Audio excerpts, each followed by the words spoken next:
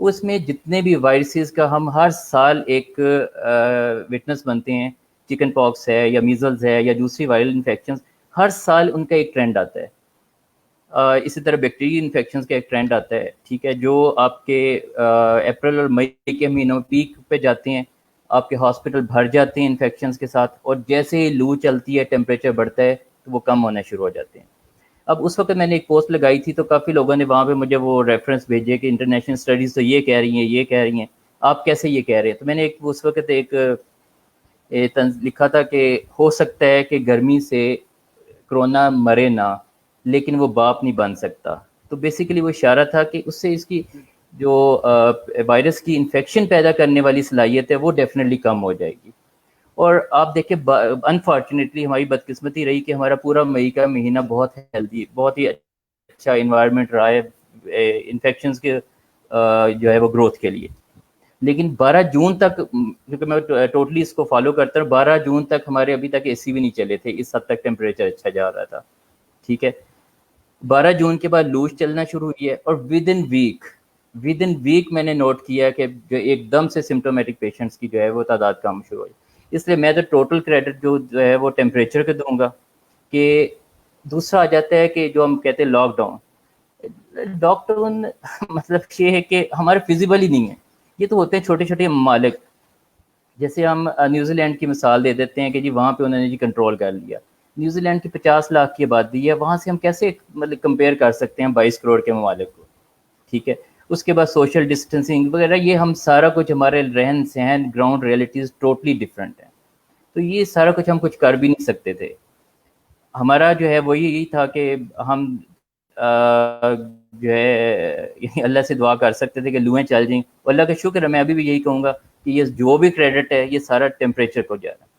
ہاں، اس وقت کچھ لوگوں نے برازیل کی جی مثال دی ہے، وہ بھی گرم ملک ہے تو وہاں پہ کیوں پھیلا ہے. یہ ٹوٹلی وہ بیسیکلی نیچلے جاتے ہیں، وہاں پہ ان دنوں سردیاں چل رہی تھیں، وہاں کا ٹیمپریچر 18 سے 24 چل رہا تھا، جو آئیڈیل ہوتا ہے ان کو انفیکشنز کو پلانے کے لیے.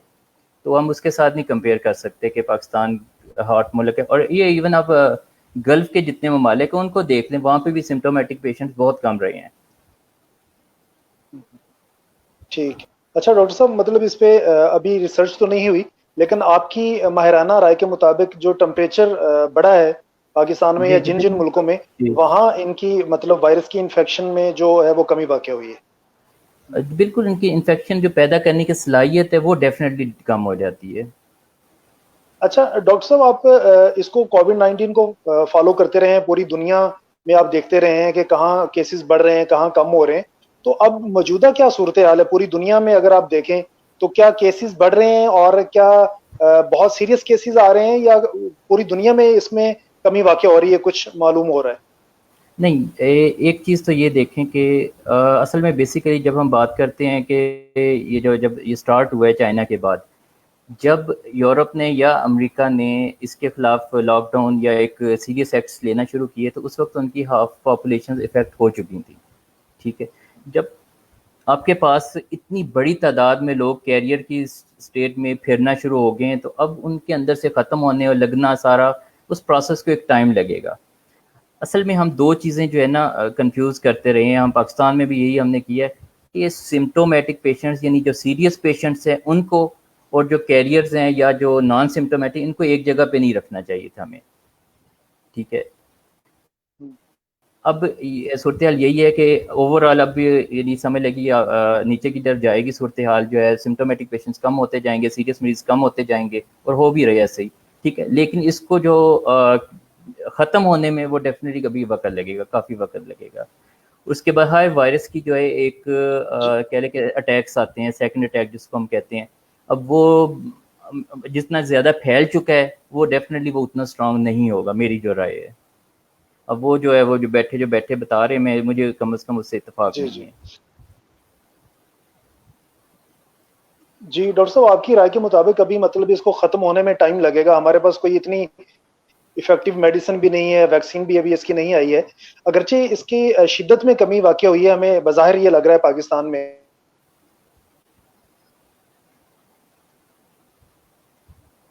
ہو گئی ہے، اور وہ ظاہر ہے کہ وہ لوگ جو ہیں اس میں ابھی بھی جو ہے وہ فوت ہو رہے ہیں. تو کووڈ-19 سے بچنے کے لیے کہ ہم خود بچ جائیں, اپنی فیملی بچ جائے, پورا معاشرہ بچ جائے, تو ہمیں اس سے بچنے کے لیے کیا سادہ سے طریقے اختیار کرنے چاہیے کہ ہم کووڈ-19 سے مکمل جو ہے وہ بچے رہیں؟ ایک جو ہم نے بہت کچھ غلطیاں کی ہیں. ایک تو یہ غلطی ہم نے لاک ڈاؤن بہت وقت سے پہلے لگا دی. ہم نے جو انرجیز قوم کی تھی وہ وقت سے پہلے نکال دی. ٹھیک ہے. دوسرا ایک چیز ہوتی ہے کہ میں ایک مثال دوں گا کہ جب آپ موٹر وے پہ گاڑی لے کے جاتے ہیں تو اب ہونا یہ چاہیے کہ گاڑی کی بریکس بھی چیک ہوں, گاڑی کے ٹائر بھی چیک ہوں, گاڑی کے ایئر بیگز بھی چیک ہوں, ٹھیک ہے, اس کے جو ہے سیٹ بیلٹس بھی چیک ہوں. لیکن ہم یہ سارا کچھ نہیں کر سکتے. ٹھیک ہے. اس کا حل ہم نے یہ نکالا ہے کہ ایک جو ہے وہ ایس او پی بنا لیں کہ جی بیلٹ لازمی ہو, تاکہ ہم ہر بندے کو تو نہیں بچا سکتے لیکن میجورٹی کو بچا سکتے ہیں. ٹھیک ہے. اور ہماری جتنی بڑی پاپولیشن ہے, کنجسٹڈ پاپولیشن ہے, اور الٹریٹ جو ہے وہ پیپل ہے, یعنی یہاں پہ خواندگی کی شرح یعنی شعور کے لحاظ سے تو میں ابھی بھی کہوں گا کہ 10% بھی نہیں ہے. تو وہاں پہ یہ جو ہم ملٹیپل ان کو ایس او پیز بتا رہے تھے کہ ہاتھ بھی دھوئیں, یہ بھی کریں, وہ بھی کریں, اتنے فاصلے, اس کی بجائے صرف ایک جو ہم ایس او پی رکھ دیتے شروع میں ہی, وہ تھا ماسک. ٹھیک ہے. کہ ہم ہر بندے کو نہیں بچا سکتے, لیکن اس سے یہ ہوگا کہ اگر بیماری پھیلے گی بھی تو اس کی شدت کم ہوگی.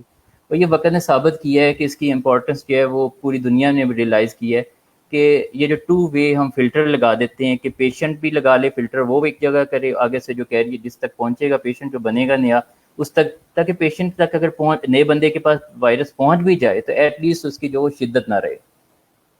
ٹھیک. تو یہ ہم نے بہت لیٹ کیا, اور ابھی بھی ابھی کوئی سختی کرنے کی ضرورت نہیں, لاک ڈاؤن کچھ بھی نہیں, صرف ماسک پہ سختی کر دیں کہ اس کے بغیر کوئی بندہ گھر سے نہیں نکل سکتا. اور یہ ابھی بھی کرنا تو میرا خیال ہے کہ یہ جاری رہنا چاہیے.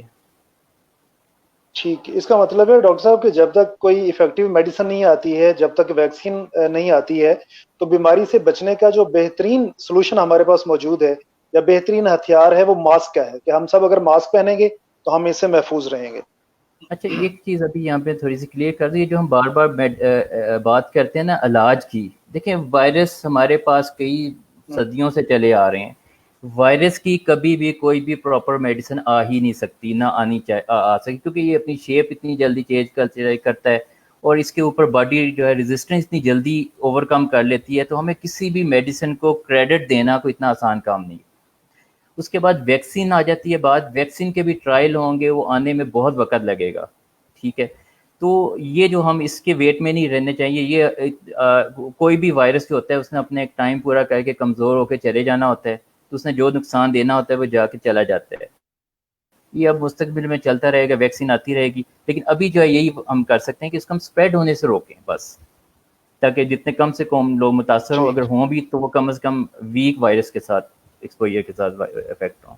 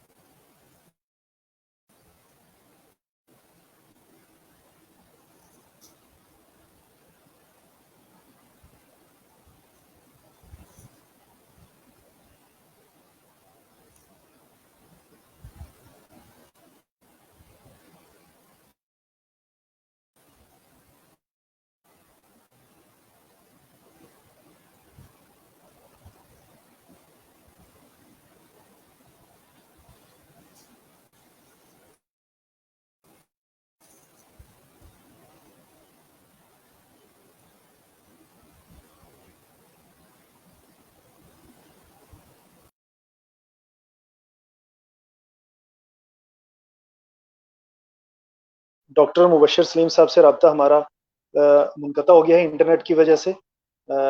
جیسے ہی وہ ہمارے ساتھ دوبارہ رابطے میں ہوتے ہیں ہم دوبارہ ان سے بات کریں گے.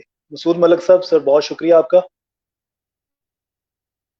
حماد حسین صاحب بیسٹ وشز دے رہے ہیں.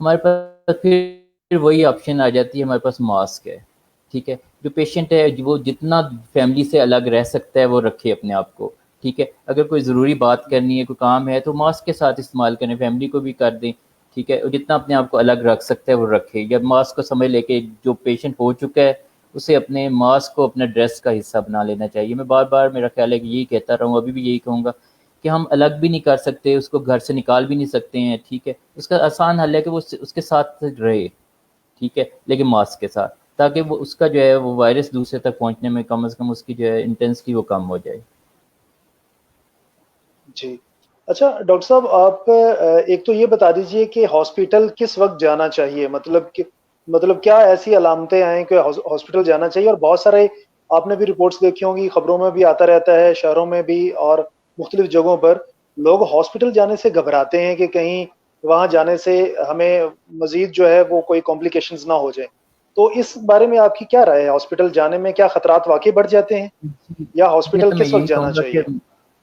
جی بالکل جو ہے وہ میکسیمم کوشش کریں کہ اپنے آپ کو گھر پہ ہی رکھ کے کریں تو یہ زیادہ بہتر ہے، کیونکہ ہاسپٹلز اوور کراؤڈڈ ہو چکے ہیں. وہاں کا جو عملہ ہے وہ اتنے پیشنٹس کو ڈیل بھی نہیں کر سکتا ہے، نہ ایڈریس کر سکتا ہے، ٹھیک ہے، اور ان کے جو ہے وہ سوالوں کے جواب بھی نہیں دے سکتا. تو اس لیے جو ہے وہ میکسیمم تو کوشش کریں کہ جب تک آپ گھر میں اسٹے کر کے اپنا علاج کر سکتے کریں. اب آ جاتے ہیں کب ہاسپٹل جانا چاہیے، ٹھیک ہے. وہ سب سے اس میں جو سیریس چیزیں وہی آ جاتی ہیں کہ جب آپ سے اپنی چیزیں حل نہ ہو رہی ہوں، جیسے آپ کی آکسیجن سیچوریشن، سانس کے مسائل شروع ہو گئے ہیں. بلکہ میں یہ کہوں گا کہ آپ کا اکلوتا جو ہاسپٹل کی طرف فوری بھاگنے والا جو سمٹم ہے وہ آپ کے سانس کا مسئلہ ہے، جو اگر ٹھیک نہیں ہو رہا، یعنی آپ اپنی آکسیجن سیچوریشن مینٹین نہیں کر پا رہے، تو ظاہری بات ہے یہ اب آپ اپنے گھر پہ نہیں کر سکتے. تو اس وقت آپ کو ہاسپٹل پہنچنا ہوگا. اب لوگوں کا اعتماد نہیں ہے یا کیا ہے، اس میں تھوڑا سا میں یہ کہوں گا کہ ہمارے طبی عملے کا بھی ایک قصور ہے. جیسے میں ایک مثال دوں گا کہ آپ جب ایک پیشنٹ جو کرونا کے سمٹمز کے ساتھ داخل ہوا ہے، ٹھیک ہے، آپ اس کا ٹیسٹ لے رہے ہیں، ٹھیک ہے. اب لوگوں کا سب سے بڑا یہی اعتراض ہے نا کہ ہمارا پیشنٹ جو مر گیا اور اس کی رپورٹ نیگیٹو آئی تھی.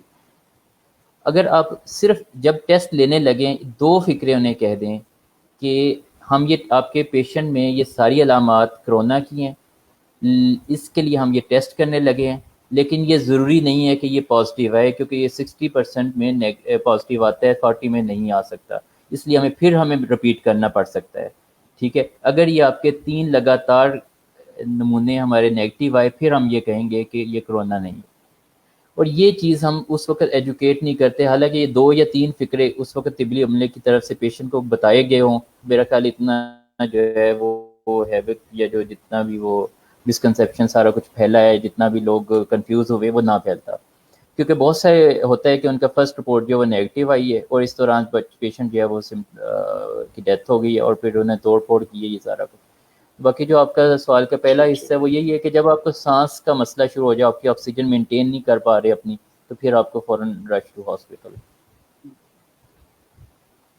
جی ٹھیک. ڈاکٹر صاحب، آپ اتنے عرصے سے مطلب ایک کلینک چلا رہے ہیں، تو اس وبا کے دنوں میں آپ نے کیا کوئی تبدیلی نوٹ کی ہے کہ روٹین کے مطابق ہی آپ کی کلینک پہ پیشنٹس آ رہے ہیں، یا کچھ زیادہ تعداد میں آنا شروع ہو گئے ہیں اور ان میں کرونا کی علامات زیادہ ہوتی ہیں؟ تو کیا کوئی تبدیلی آئی ہے یا روٹین کے مطابق آپ کے پاس پیشنٹس آ رہے ہیں آج کل کے دنوں میں؟ میں نے پہلے بات کی تھی کہ جو اپریل اور مئی کے یہ 2 مہینے ہوتے ہیں جس میں انفیکشنز ہمارے پاس سب سے زیادہ ہوتی ہیں، اس میں روٹین پیشنٹ کافی کم ہو جاتے ہیں. تو کرونا کے ہمارے پاس جو عید کے بعد جو 2 ہفتے تھے اس میں پیشنٹ ایک دم جو ہے وہ بڑا تھا، اس میں جو ہے وہ فیور اور لوگوں کی جو ہے خیر اس کے لیے وہ لوگوں نے وہ اپنے ٹیسٹ کروائے ہوتے ہیں، ٹائیفائڈ کے بھی یہ وہ، لیکن موسٹلی ان میں سے وہ کرونا کے ہی تھے، کیونکہ ایک بندہ متاثر ہوا پھر دوسرا، پھر وہ ٹپیکل جو سمٹمس تھے کہ جس میں سونگنے کی حس ختم ہوئی ہے یا منہ کڑوا ہو گیا، گلا خشک ہونا شروع ہو گیا، وہ پھر علامتیں آئیں تو ان کو پھر، لیکن کوئی بہت زیادہ ہائپ نہیں آئی. وہ 2 ہفتے ایک آئی ہے، 2 ہفتے کے بعد میرا خیال ہے کہ وہ تقریباً سارے پیشنٹ وہ جو ایک ٹپیکل فیچرز کے ساتھ آنا شروع ہو گئے تھے وہ ختم ہو گئے. اس کے علاوہ ان یوزول پیشنٹ ٹھیک میرا نہیں ٹھیک. خیال ہے کہ ابھی تک میں وٹنس ہوا ہوں. اور میرے پاس چونکہ میں ابھی تو یہ کرونا کی وجہ سے میرے پاس کافی پیشنٹس میرے عزیز رشتہ دار فیس بک فرینڈز جو مجھ سے مشورہ کرتے رہتے ہیں. تو ابھی کرونا کی وجہ سے تو میرا خیال ہے کہ یہ تقریباً 2-3 ہفتے تو میں سارا دن یہی کام کر رہا تھا، لوگوں کو گائڈ کر رہا تھا، یہ کر لے، ایسے کر لے، وہ کر لے، تو فیڈ بیک آ رہا تھا. ان ریئل سمٹم میرا نہیں خیال ہے کہ کہیں بھی میں نے نوٹ کیے ہیں یا مجھے کسی نے بھی فیڈ بیک کیا ہوا ہے. اور اس دوران حالانکہ بے شمار، بلکہ میں کہوں گا کہ اگر ہزاروں میں چلی گئی ہے یہ ایک مہینے میں تعداد، تو میری وہ غلط نہیں ہوگی. تو ان ریئل کوئی بھی جی پیشنٹ رپورٹ نہیں ہو رہا جو. جی ٹھیک. اچھا ڈاکٹر صاحب، اگر میں آپ سے یہ پوچھوں کہ یہ جو کرونا وائرس ہے کووڈ 19، اس سے ہماری جان کب تک چھوٹ جائے گی؟ تو کیا ہم کوئی کہہ سکتے ہیں اس کے بارے میں، کوئی پیشگوئی کر سکتے ہیں؟ کوئی اس کے بارے میں کوئی رائے آپ دے سکتے ہیں کہ کب تک ہم امید رکھ نہیں، سکتے ہیں کہ میں اس سے جان چھوٹ جائے گی، یا جس طرح پہلے کہہ چکے ہیں کہ یہ ساتھ ہی رہتے ہیں؟ اس نے رہنا ہے، ہمیں اس کے ساتھ ہی رہنا ہے، ابھی کچھ سال رہنا پڑے گا. لیکن اصل چیز ہوگی کہ ہمارے اس کو جب تک ایک تو یہ اس کو قبول کر لیں کہ اگر اس کے سمٹم نہیں ہے، اس نے نقصان دینا چھوڑ دیا ہے، تو یہ جسٹ لائک عام فلو ہے. جیسے ہر بندہ متاثر ہوتا ہے، اس کے بعد جو ہے وہ 2 دن کے بعد اپنے کام پہ چلا جاتا ہے، ٹھیک ہے. تو لیکن یہ صورتحال ہماری لوکلی تو ہو جائے گی، ہم ملک کے اندر تو سب کچھ یہ چلے گا، سارا کچھ ہماری لائف نارمل ہو بھی رہی ہے تیزی سے. لوگ اب بلکہ ایس او پیز بھی ختم ہو رہے ہیں، حکومت کی طرف سے بھی سختی ختم ہو گئی ہے، وہ جو سارا کچھ ایک پینک تھا وہ بھی ختم ہونا شروع ہو گیا ہے. لوگ بھی جو گھروں میں بالکل جو نکل نہیں رہے تھے وہ بھی نکلنا شروع ہو گئے ہیں. اب پارکس میں جائیں، مارکیٹ، مطلب آپ کو ایک ایون روڈز پہ آپ کو گاڑیوں کی تعداد، ہر چیز میں فرق نظر آنا شروع ہو جائے گا. بلکہ میں کل فیصل آباد تھا تو میں 2 ہفتے میں اور کل کے میرے سفر میں مجھے اچھا خاصا فرق لگا ہے کہ اچھی خاصی جو ہے وہ روڈ دوبارہ آباد ہو گئی ہیں. تو یہ جو ملک کے اندر تو سمجھے کہ لائف واپس آ جائے گی اگر اس نے نقصان دینا چھوڑ دیا تو. اصل مسئلہ ہوگا جو انٹرنیشنل، وہ انٹرنیشنل جن کے ریلیشنز ہیں، فلائٹس ہیں، وہ ظاہری بات ہے وہ ابھی سمجھ لے کہ 2 سال بھی شاید معمول میں نہ آ سکیں. جی جی. اچھا ڈاکٹر صاحب، آپ سے کووڈ 19 سے ہٹ کے بھی ایک دو کوشچنز جو ہیں اگر آپ اجازت دیں، تو وہ یہ پوچھنا تھا کہ آج کل بلڈ پریشر کا معاملہ جو ہے وہ کافی عام دیکھنے میں آتا ہے، مطلب ینگ لوگوں میں بھی بلڈ پریشر کا مسئلہ ہے. تو بلڈ پریشر سے بچنے کے لیے ہمیں کیا احتیاط کرنی چاہیے؟ کس طرح سے ہم بچ سکتے ہیں کہ بلڈ پریشر جو ہے وہ ہو نہ؟ جی آپ نے بالکل صحیح بات کی ہے، بڑی ہی ینگ جنریشن میں ہائپر ٹینشن نظر آ رہی ہے. اور اگر آپ نے صرف ایک جملے میں جواب دوں تو یہی کہوں گا ہمیں اپنا لائف سٹائل چینج کرنا ہوگا. اور اگر ہم لائف سٹائل چینج نہیں کریں گے تو الٹیمیٹ ہم پیشنٹ بن رہے ہیں. ڈائبیٹک جو ہے وہ ان کی ریٹ اتنا زیادہ ہو گیا ہے، یعنی 35 ایج میں ہم کبھی پہلے سوچا بھی نہیں کرتے تھے، اور ابھی جو ہے وہ ایک بڑی تعداد رپورٹ ہو رہی ہے. تو اس کا ایک ہی حل ہے ہمیں لائف سٹائل، ٹھیک ہے. یہ جو ہم فاسٹ فوڈ پہ شفٹ ہو گئے ہیں وہ ہمیں بند کرنے ہوں گے. اپنی جو واک، سب سے کچھ بھی نہ کریں، میں یہ کہوں گا واک شروع کر دیں، چلنا شروع کر دیں. اور ہم تو اتنے ہڈ رام ہو گئے ہیں کہ گاڑی بھی وہیں پہ پارک کرنی ہے جہاں پہ گاڑی، جو آپ نے جس دکان میں جانا ہے، جس پارکنگ میں، تو وہ تو ہم تھوڑی سی فاصلے پہ پارک بھی نہیں کرنا پسند کرتے کہ یہ 10 قدم ہمیں چلنا پڑ جائیں گے. ہم بالکل عین اس بلڈنگ کے سامنے کھڑے ہونا چاہتے ہیں کہ جی تاکہ ہمیں جو ہے نا وہ چلنا نہ پڑے. تو اس میں سب سے پہلی چیز تو یہی ہوگی کہ ہمیں اپنا لائف سٹائل، یہ چلنے کی عادت ڈالنی ہے. ٹھیک ہے آپ ایکسرسائز نہیں کر سکتے، نہ کریں، آپ علیحدہ جو ہے وہ ٹائم نہیں نکال سکتے نہ، لیکن جتنا بھی ہو کم از کم 1 سے 1.5 کلومیٹر روزانہ کی واک کو اپنی زندگی کا حصہ بنا لیں. آگے آ جاتا ہے کہ ڈائٹ ساری بات ہے کہ ہر چیز کی ایک لمٹس ہوتی ہے. اب جیسے ہمارے ہاں پولٹری، یہ جو چکن ہے اس کے خلاف بہت پروپیگنڈا کیا جاتا ہے. کبھی کسی نے یہ نہیں سوچا کہ یہ پولٹری یا جو گوشت ہے یہ نقصان دے رہا ہے یا اس کا زیادہ یوز نقصان دے رہا ہے، ٹھیک ہے.